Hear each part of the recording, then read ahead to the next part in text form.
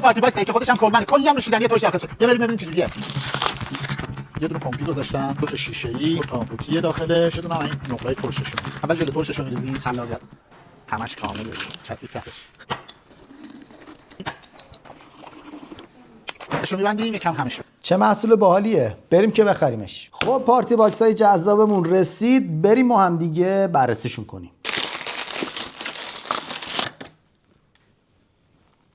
دو تا تورشیکس مسکو قوطی، دو تا تورشیکس مسکو شیشه، یه دونه از این ژله های ترش، یه دونه هم از این دوندونی های ترش، نمیدونم اسمش چیه. اگه تک تک همه اینا رو بخوای بخری باید 362,000 تومان پول بدی. قیمت مصرف کننده این 367,000.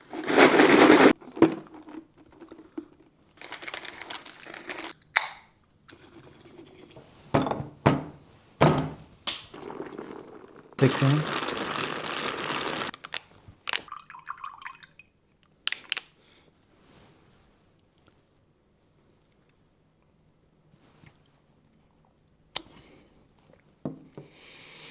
یه چی کم داره.